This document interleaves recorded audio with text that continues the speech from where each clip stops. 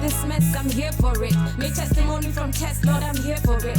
Wanna change my whole life, Lord, I'm here for it. Make me boldly rep Christ, Lord, I'm here for it. Say you want me all in, Lord, I'm here for it. Welcome to the Royalhood episode 114. It's good to have you back. We're going to dive into rape culture. I am Kase, and out here with me is Ludo Fresh. Please stress the she.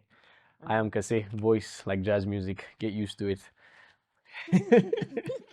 She looks. At least now people are slowly starting to see who you really are. One day they'll just be shocked. So anyway, we are talking about rape culture. Yes. We're building up on a conversation that we want to keep going because we think the way people view sex, the way we view rape, the way we view men and women, small boys, elderly people, there's some things we need to discuss. We need to relearn a lot. Yeah, we need to unlearn, relearn. So we're going to start with the definition of rape. Yeah, let's so go. that we know what we're talking about. Yes, so we're going to get our definition because of where we are. We're in Zambia. Royalhood is in Zambia. So we're going to define rape the way it's defined in Zambia. Okay. So a person who has unlawful carnal knowledge of a woman or girl without her consent or with her consent, if the consent is obtained by force or by means of threats or intimidation of any kind, or by fear of bodily harm, or by means of false representation as to the nature of the act, or in the case of a married woman, by personating her husband, is guilty of the felony termed rape. By doing what? Like if someone impersonates a married woman's husband, as like, I'm your husband, and then he has sex with that married woman, that's rape. How does he, I don't know. I see that William is laughing. How is someone impersonating someone's husband? I don't know, but for it to be in the law, it must be out there. I don't know how you can even get away with doing something like that. He like snuck into the bed At night, and like got a recording. There's no Zesco. Hello, it's Barry. Or maybe it doesn't even talk. Maybe their way of doing things is pindamuka. That's actually more of a possibility of not knowing. But I would really like to know what they meant. So yeah, I would like to know. Okay, there's a lot to unpack with this definition because personally, I feel like this definition might be a little outdated, but I'm not a law expert, so I'll leave it at that. So that's the definition for rape in Zambia. Can I also define defilement? Yes. Okay. Any person who has unlawful and carnally knows any girl under the age of 16 years is guilty of a felony and is liable to imprisonment for life. So even this definition does the work, but they could work on this. What does carnal mean? So carnal, I haven't really Googled it, but carnal knowledge. Carnal knowledge. It would mean sexual penetration, like where they. What is the carnal? The vagina, I would say. Carnal, no. Mostly anything to do with carnal is flesh. So this is for both, right? Like either this is sodomy or this is. No. According to this definition, it clearly says any girl. So the definition is any person who has unlawful and carnally knows any girl. Okay, I was asking if the girl is sodomized. Yeah, I guess it counts. Okay, so the definition does not address men at all. No, none of them. Rape or defilement. Okay. Did we look at sexual assault? No. Nah. Because maybe then the men are. I'm assuming somewhere the men are catered for. In sexual assault. Yeah.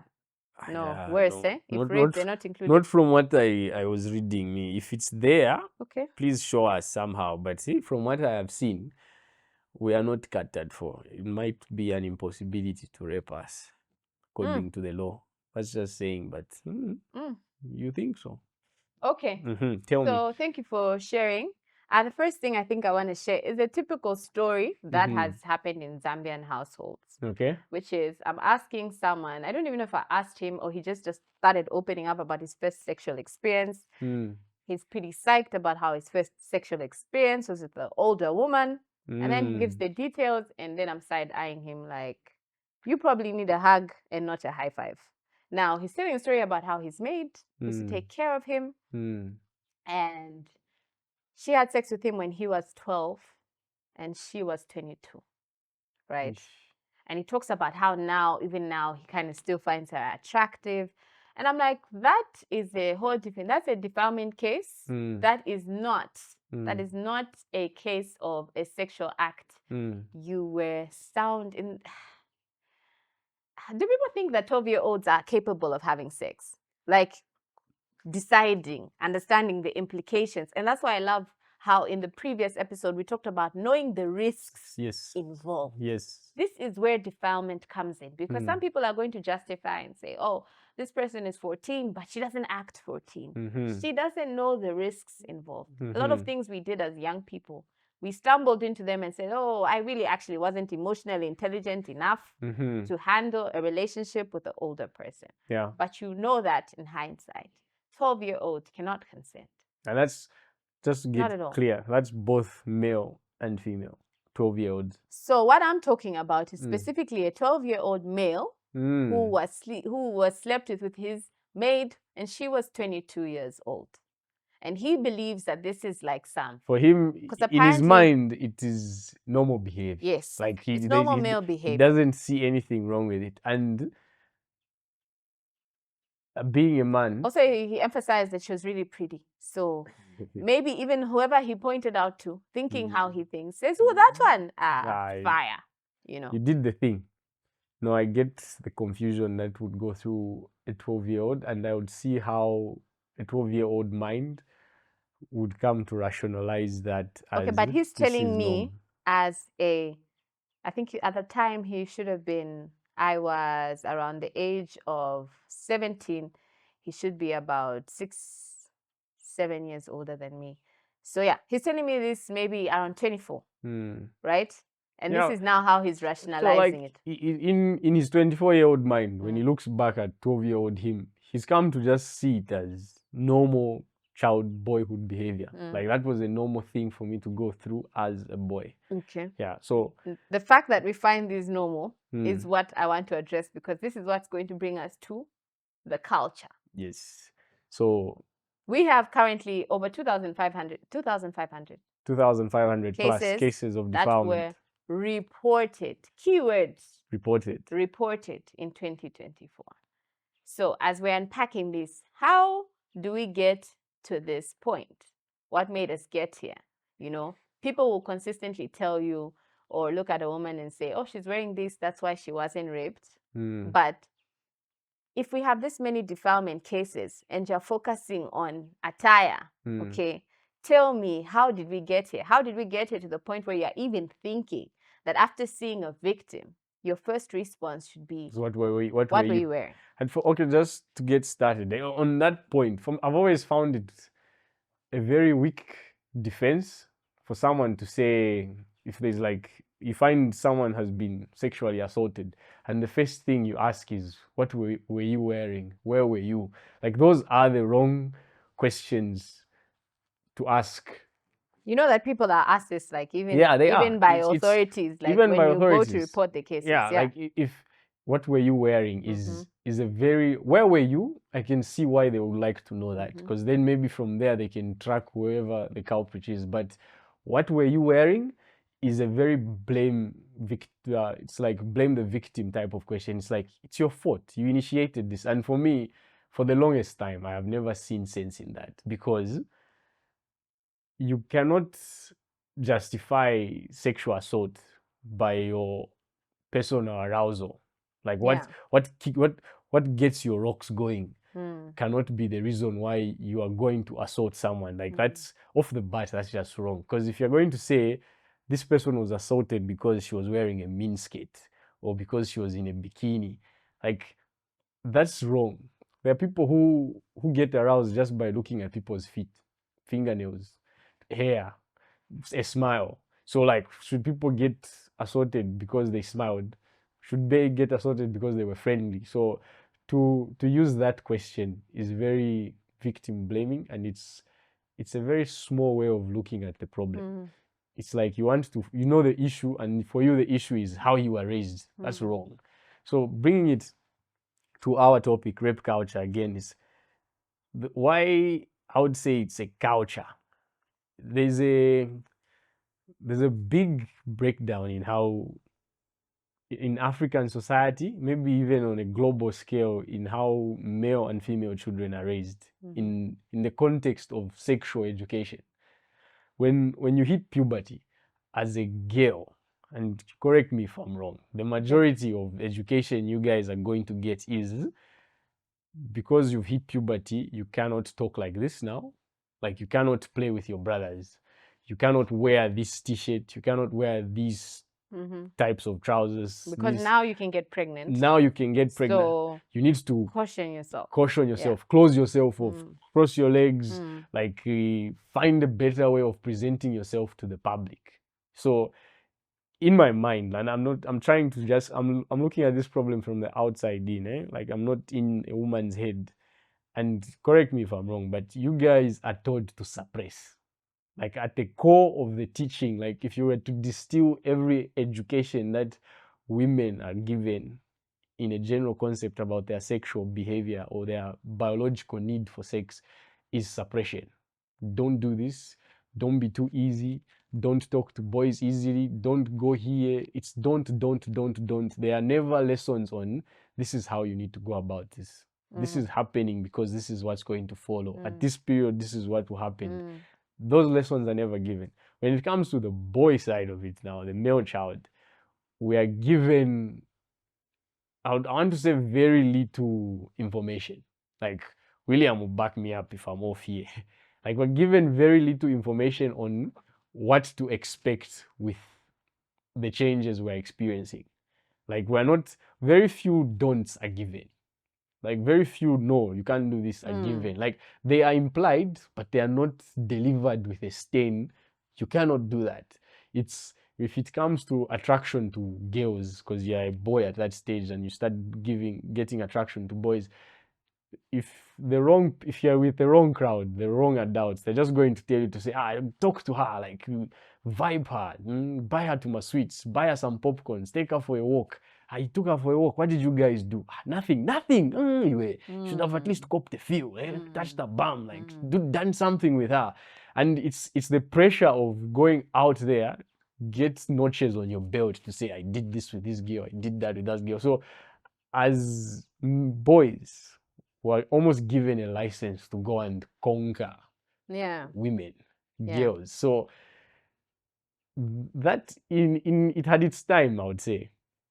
But give that information to the wrong child, that who's wired, let me not say wrong child. If that information is delivered by an adult with a perverted mind, he's going to start creating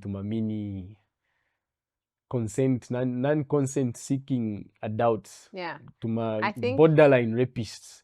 Like, that is going to, that's what's going to happen, because they will grow up knowing that one no doesn't necessarily mean no. 5 no's will be overridden by 1 yes. Like, I need to wear her down. I need to invite her home, cook her some lunch, lock the door, make sure she stays late so that she can't go home. Like, you're just told to, it's like hunting. You're taught to trap people so that they have no out to satisfy your need. And that very teaching is why, and I'm not excusing rapists, I'm just saying that education that is being given to these female children is what is putting people in positions where it's becoming, the safe space is shrinking. It's shrinking in the homes, because just from stories that are on the socials, fathers are raping daughters. Priests, pastors, ministers are running orphanages where they are accused of abusing the people they're supposed to take care of. So the point you brought up about the foundation is very important to me, right? Because one thing I found personally strange as a female growing up is, how come you're only talking to me about pregnancy and the dangers and all these things once I become able to be pregnant? Is that the only fear you have with regards to me as a female? Are you only worried that I can get pregnant, right? We now have that post that everyone's putting up about pants, where you're teaching your children Even that video that goes viral every time about these are my private parts, you know. And those things are important. Yeah. Every time you are speaking to your child, you're talking to your child, as soon as they can hear and understand, you say, this person shouldn't touch you here. They should know that. Yes. And if this person tells you that you're going to be hurt if they touch you here, it's a lie. This person tells you, I'm going to kill your mother, it's because that's apparently their thing. Yes. They say, I'll cut off your mother's head. I'll kill her. Reassure them. Just drill it in their heads that they're safe.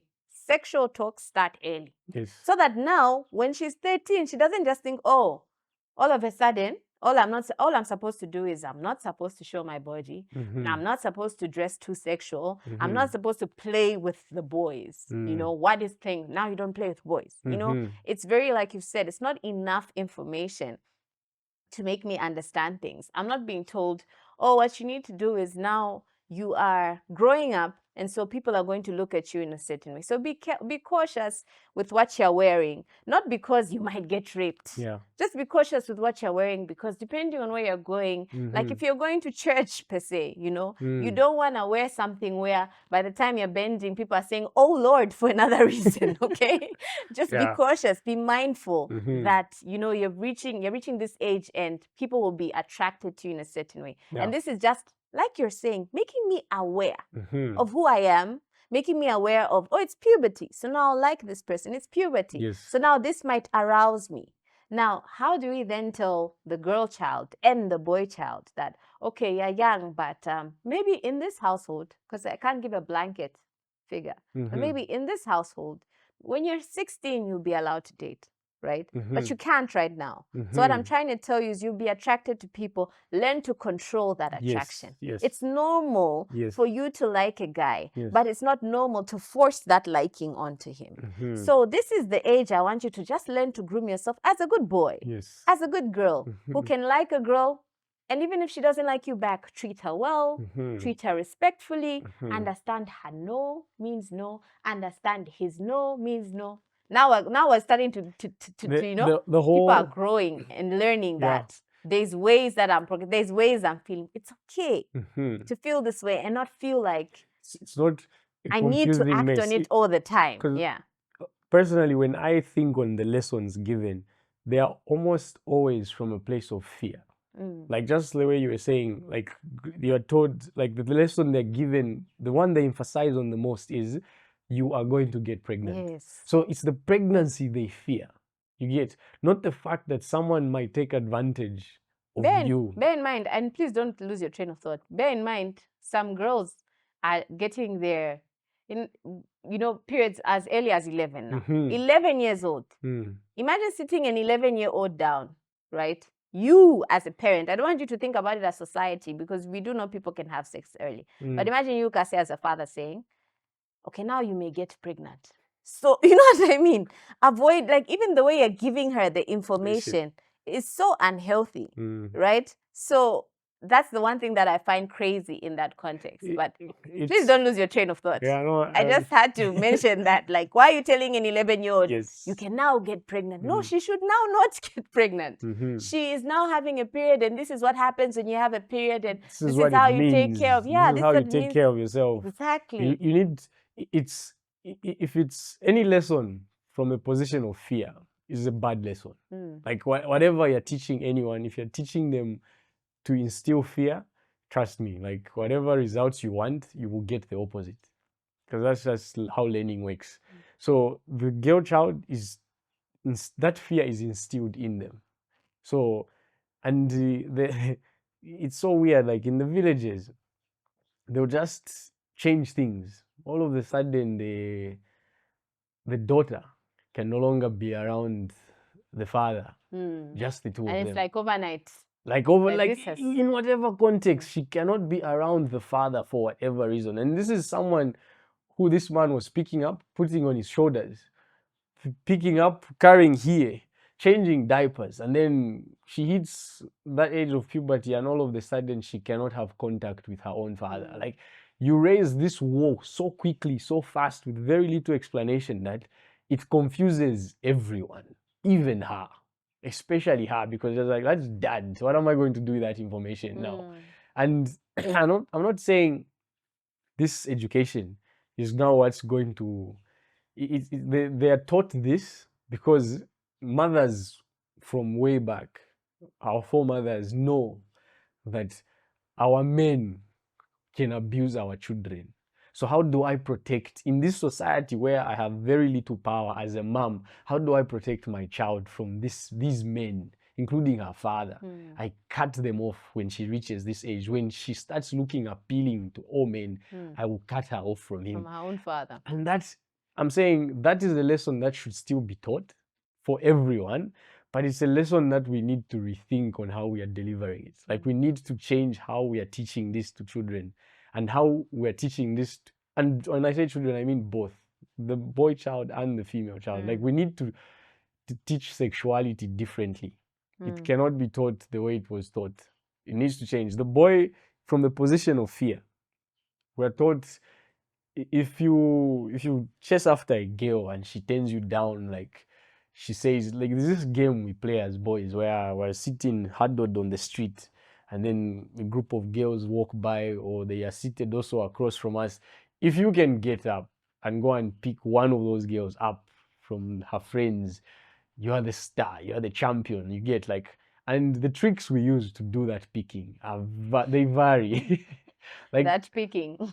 they vary, those tricks, you know, and failing in that conquest, especially amongst your friends, is a failure you don't want. You don't want to be known as a guy who can't pick up a girl. So we're not taught how to pick up girls, but we're just taught you can't fail.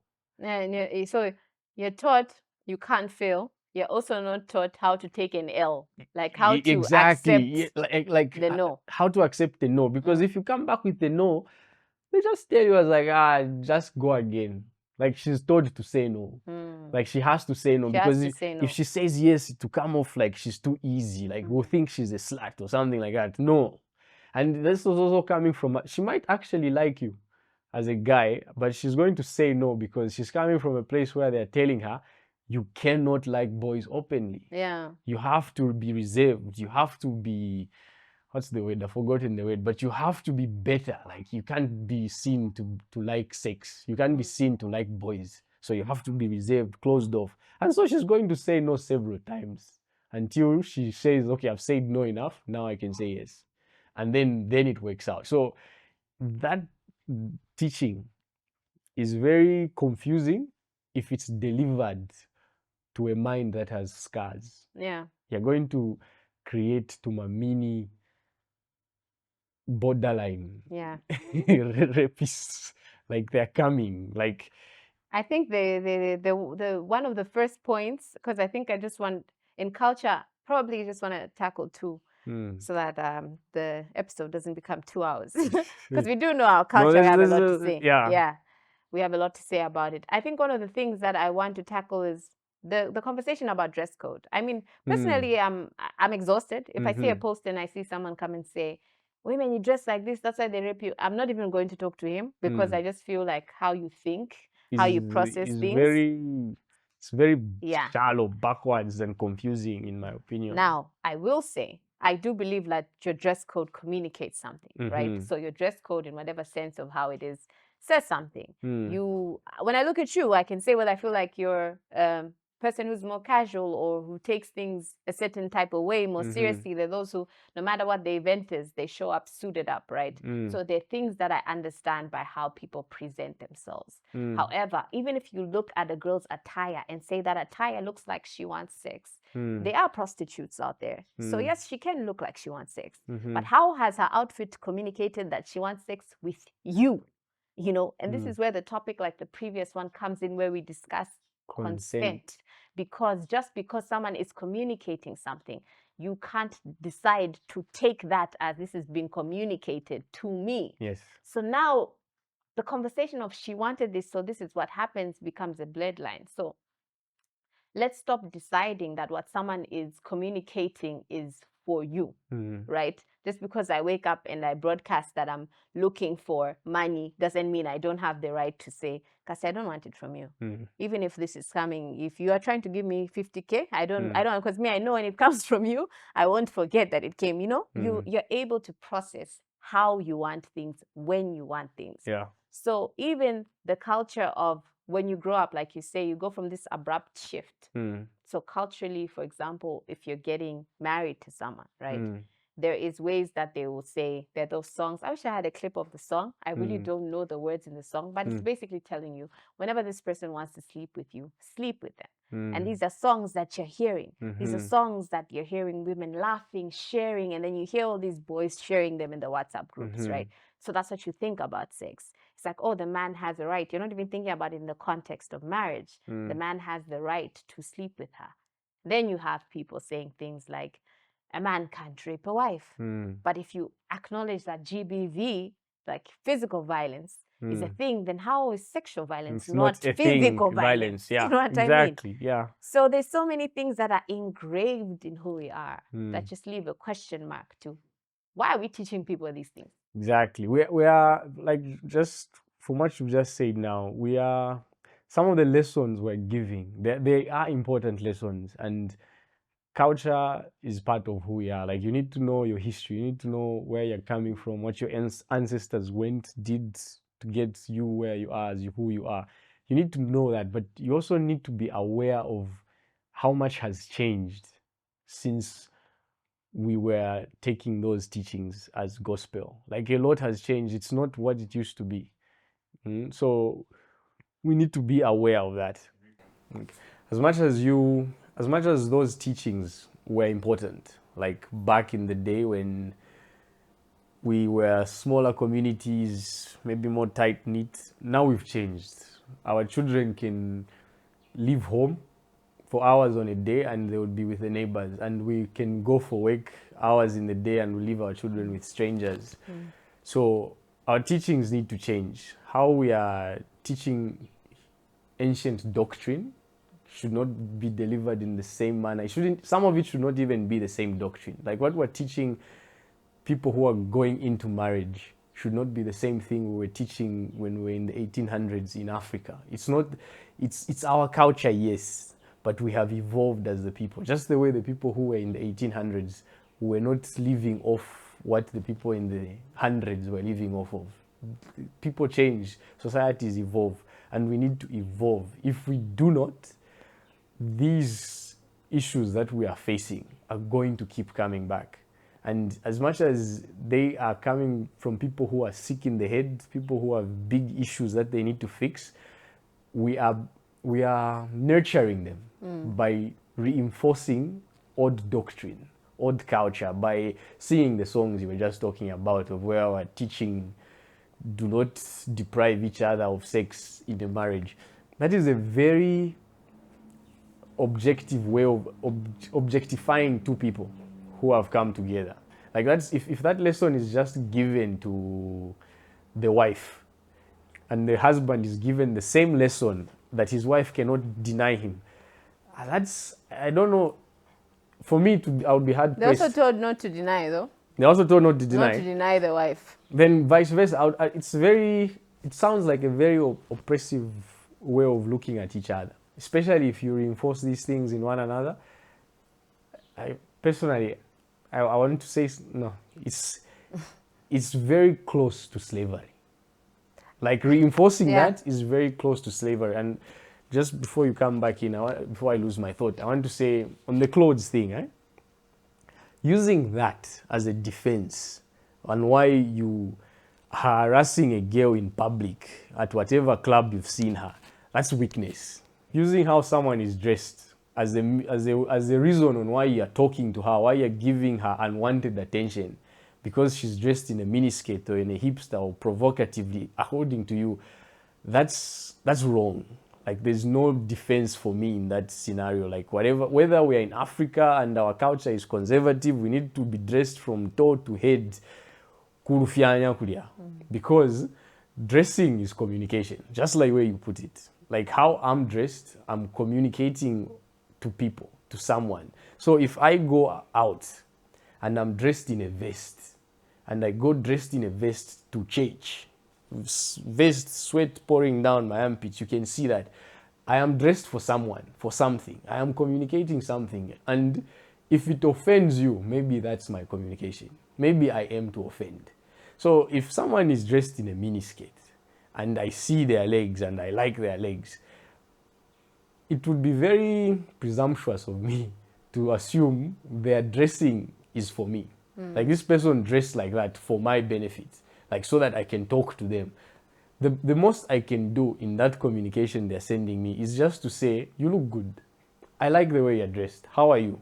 And leave it at that. If more is going to be said, let that person reciprocate. Let them also talk to me in a way that, okay, I want us to keep talking. But if it's just going to be me harassing this person now, going to sit at their table, trying to grope them, I've crossed the line. Who told me that they are dressed for me? Maybe they are dressed for someone else. Let that person be the recipient. And as much as I am seeing this, it doesn't mean it's for me. It does not mean it's for me. Just because I can see it doesn't mean it's talking to me. So using dress code as a justification for sexual harassment of whatever kind, for me, that's weakness. Like, if you do that, I can see you crossing the line of defilement. Like, and I'm not saying people who do that are defilers. No. I'm just saying, if the your rationalization really means that your reasoning is off. Because then, for me, if you are that type of person, I would even be worried if you ever complimented any of my nephews or nieces that they are handsome or cute or beautiful. Because their beauty, because then I'll just be like, you might actually associate beauty to sex. Like, for you, anything or anyone you deem beautiful is someone you'd like to sleep with. And I would be very worried. I would be like, what's the problem? I think that you raised 2 points, which I would like to use as my closing points, right? The first point, I think, is like, when we talk about communication, for me, if like, you brought me back in thought process to it, is if a prostitute is communicating she wants sex, and you feel like, because she's dressed like a hoe, because she's dressed like a prostitute, she wants sex, and I'll forcefully give it to her, then you're the same people who feel like if someone is a certain level in society, then you can oppress them, you can hurt them, and you can harm them. That's very toxic thinking. Because there is someone who is broken or at a vulnerable position does not give you the right to oppress them, to hurt them, and to continue to perpetuate the cycle of harm and hurt. That's very toxic, very hurtful, very concerning. Also, when you talk about how we are in a culture that speaks, certain things are helpful at a certain time. So, for example, as you're going through these teachings, you're kind of learning that, okay, my body is not just mine, right? Which is a beautiful understanding of two people coming together. If I'm being taught that I can learn how to be one with this person, communicate, learn how to, when they want something, I don't always think selfishly, right? I'm learning how to be one with them. And that means I'm learning how to hear when I'm like, okay, cool, I think that at this moment I can hear what you're saying. Then that can be a yes and that can be a no. Yeah. You know, we're learning how to hear no, we're also learning how to hear yes. Yes. Because I watched a clip about like married couples talking about their sex lives. And one talked about how she was physically unwell. So for 1 year, they couldn't have sex. This is the reality happening in homes. And if you are talking to, and I'm speaking about today's day and age, as we're more exposed, like you say, things are changing. Are you not going to tell them, well, the reality of the situation is, homeboy, maybe you can go 6 months without sex. Yeah. Maybe you can go a year without sex. Are you telling him, are you telling her to understand that this can happen because of physical change? If we're saying that I am committing to you for life, right? Through sickness and in health. Why are we not emphasizing that, homegirl, the sickness might happen. The losing the job might happen. The dynamics might happen. Now the sex is in there. So what happens when that doesn't happen? Who are you then? How do you show up for your partner? Yeah. These are the key things we need to be teaching people. And culturally, there should be a shift, you know, definitely. with like, all the information we have now. The shift with all, has to happen it because has to. The lessons being given. I'm holding my head. I'm telling you, it has to happen. The lessons being given in these rites of passage, as a kid, as a teenager, as a married adult, as a functioning member of society, the rites of passage that we're teaching, as much as they are rooted in culture, we have to acknowledge that our society has evolved. Mom can work now. She can be a superpower boss. Dad can be a stay-at-home dad now. Or both can be superpower business people. Someone, a complete stranger, could be raising your children. So you cannot teach the same doctrine that was taught when mom was a stay-at-home mom and only dad could get a job in society. Like, it has changed, it has evolved. So even what you are teaching needs to evolve. Like, you need to be aware. You need to take into account that your children are not you, and you are not your children. And you need to listen, and you need to prepare them for the world that they might inherit, just the way you wish you were prepared for the world that you inherited. So you need to be deliberate in that space. And just to give my closing remarks now, I just want to say what's happening in Zambia now is not, it's not like something new. It's not new. It's only vocal now because the people that it happens to the most, which is women, they are now in positions that they never held historically. Now they can actually stand up and say, Speak. you're killing my children. Like, why are you doing this to them? Like, women are in positions of power now. Like, they back then they would suppress the issue saying, this is the breadwinner. If we stand up against him, we're all in poverty if they lock him up. But now that is changing. So this is not a new phenomenon. It's not a new problem. This is not a new sickness. This is an old sickness. And if we're going to treat it, it's not bandages. It's not tuma chitenge, you die there, or closed doors. No, this is open heart surgery. Yeah. You need to be willing to pull on the things you're scared to pull. Like, pull, break it up if you have to. But just be aware that you're not breaking it up necessarily just for you. You're breaking it up for your grandchildren and their grandchildren. Because if you don't, it's just going to rear its ugly head down the road again. So in closing, it's a problem we need to address, and we need to address it surgically, deliberately, and we need to talk candidly. We need to be willing to have conversations as aggressive as Ludo's t-shirt. Like, we need to be able to have, I'm not saying that's what we need to do. I'm just saying we need to. I'm saying that's what we need to do. We need to do. I found the words for the t-shirt. Okay. We need to But I hear be you. that level Aggressive. of aggression. Because if we don't, whatever we're doing is just going to calm it down. They need to come back out again. Because trust me, rape is not about male or female. Rape is about power. It's, I have power over you, so I can take, and there is nothing you're going to do. That's rape. So as much as it happens to women, it happens to them more, not because we men like sex more. No, it happens to them more because they are the most disadvantaged, the most powerless historically. So if rape is about power, the powerless are the ones who will suffer the most in this space. So if it's about power, let's put the power in the right hands so that we can save everyone. Everyone. Yeah. I want to sign out, but the one thing I feel we can't sign out without mentioning is that and I think this is probably also a topic I didn't touch because it also feels tiring. It feels like the why you're wearing a miniskirt conversation is that we have had families cover up so much where we protect the uncles and we protect the fathers and we protect all of them. In fact, what you said may be true about these have always been there because the defilement cases may have always been there. Always. Just that now we're speaking out, coming from the fathers, coming from the uncles, we're speaking out now. It used to be swept below the rug. So maybe even as we're speaking to the fathers and we now make it, you have to stay away from your father. Father, you have to stay there. For me, that's always been crazy.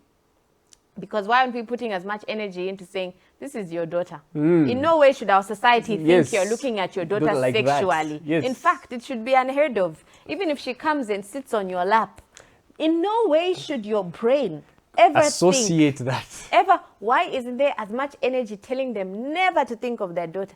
Why should your daughter be thought of in a sexual way? Why should your niece and nephew be thought of a sexual way? In this day, age, time, this shouldn't be a thinking. So for those situations that we keep seeing that are swept under the rug, we hope and pray that the conversations we're having in our homes, wherever it is, are as open and as honest, and learn to protect your kids. Guys, believe kids. Yes. Your 8-year-old is not telling you that I was touched in my vagina for no reason. Believe kids. Believe children. Protect children. You know, as much as these stories are crazy, where there's one that happened recently where this guy hears the child comes home and she's saying, I'm hurt. Your brother touched me here in a very painful way. So he just goes, shoots the brother and calls the wife and says, so I'm about to report myself. I just want to let you know this happened and I'm probably going to jail, but I don't take back what I did. You know, you have that extremity because probably you're living in a society where, you know, they're going to protect the man, or the laws won't be as bad for the man, yeah. you know. But if you're in a society where you think rape will be taken seriously, the man will be held accountable, you will let the law do what the law is going to do. Yeah. So the last appeal is also people in positions of power. Please help our laws change. Where this guy can't come out on bond after he's defiled his 8-year-old child. What laws are there to protect us so that we feel like, which we don't need to do, we don't need to take matters into our own hands. We want to believe that, you know, those in positions of power are making sure that the power is kept the way it should be kept, and everywhere where it's being used and abused. It's taken away. Yeah. Yeah. Yeah, I agree. And this shouldn't be the end of us talking about this. Yeah. This should be, it's open heart surgery now. We keep going, we keep discovering new things, and we keep changing to better it. So we're closing out now, yeah? Because me, I could keep going, no lie. Yeah, I could, but it's also very exhausting. So you need like you need to recharge. decompress. So in the next episode, we're going to explore whether men can be raped. Can a man be raped by a woman? By a woman. Specifically. Yeah. Can a boy be raped by a woman? By a woman, yeah. By a woman. Yeah. We need to really address that. Can that happen to a male human being?